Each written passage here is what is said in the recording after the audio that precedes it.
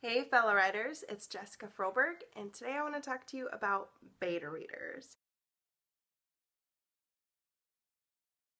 So I know this is a different perspective, and that's because my family moved the last couple days. We are in our new home, and I love it so much. It is a very big upgrade from our tiny apartment, and there are boxes literally everywhere. I shoved them out of the way of the frame so you can't see them. So this is the only clear space in my house right now. I don't know exactly where my permanent filming location will be yet, but hopefully it's figured out in the next couple videos. So bear with me. Beta readers are people that you ask to read your manuscript before you self-publish or before you send it off to agents. They just help give you a reader's experience and kind of see how your book might be perceived by readers. It's a simple enough subject, but I've seen a lot of weird misinformation that's spread a lot on Twitter that people have about beta readers. So today I want to talk about the 5 myths on beta readers that I most commonly see. Alright, so let's start off with a big one. Myth number 1 is beta readers will ruin my book. I actually hear this a lot. I hear people say, no, I'm just going to send it off to agents, or I'm going to send it off to an editor because I don't want beta readers ruining my book, and I am confident with what I've written, and I don't want them to tamper with my book.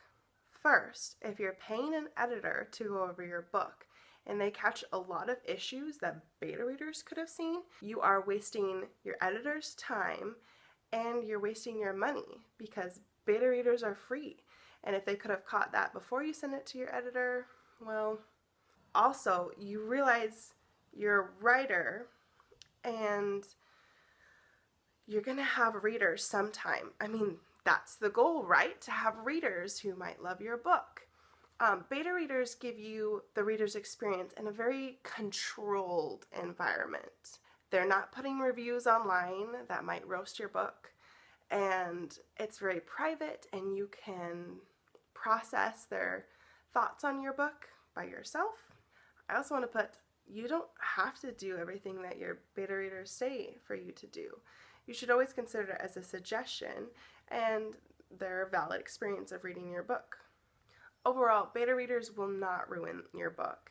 They give you a reader's experience of your book.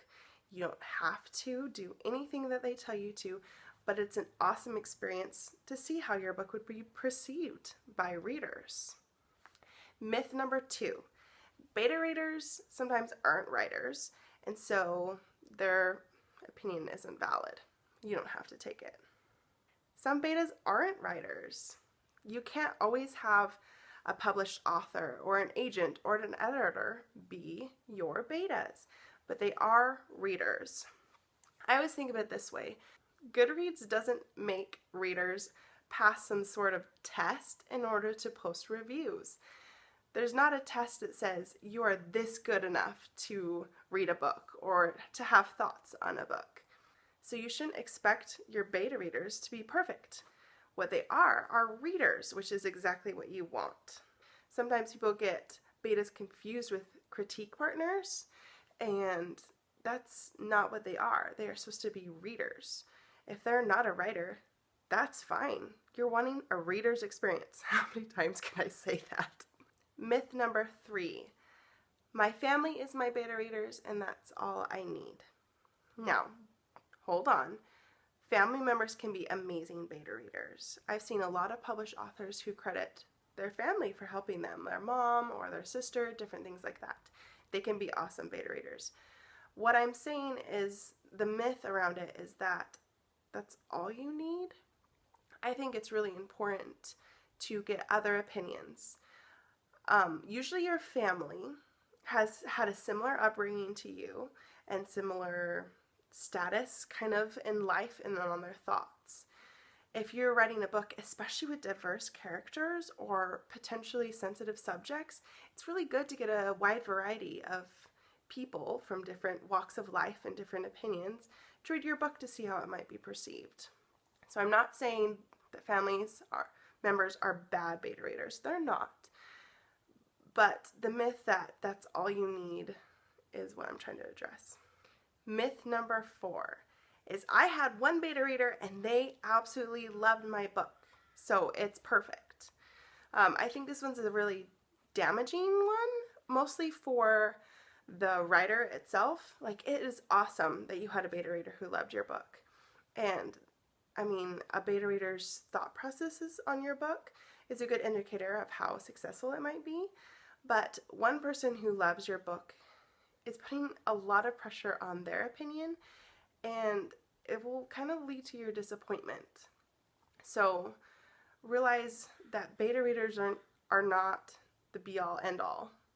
Their opinion is not the only opinion that will ever happen to your book.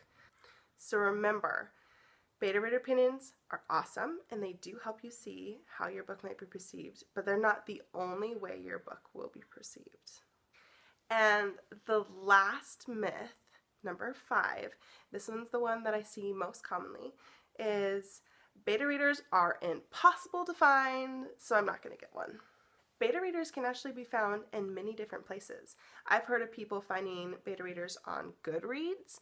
I've heard of a lot of people finding beta readers on Twitter through hashtag games, through contacting people, commenting, and becoming friends or acquaintances at least on Twitter, and then asking them.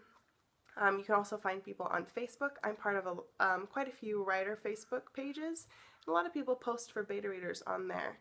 You can also find a critique group in person in your city. I know I'm part of some writers groups, and I see a lot of critique groups in the area that I could join. So don't use this myth as an excuse not to get a beta reader.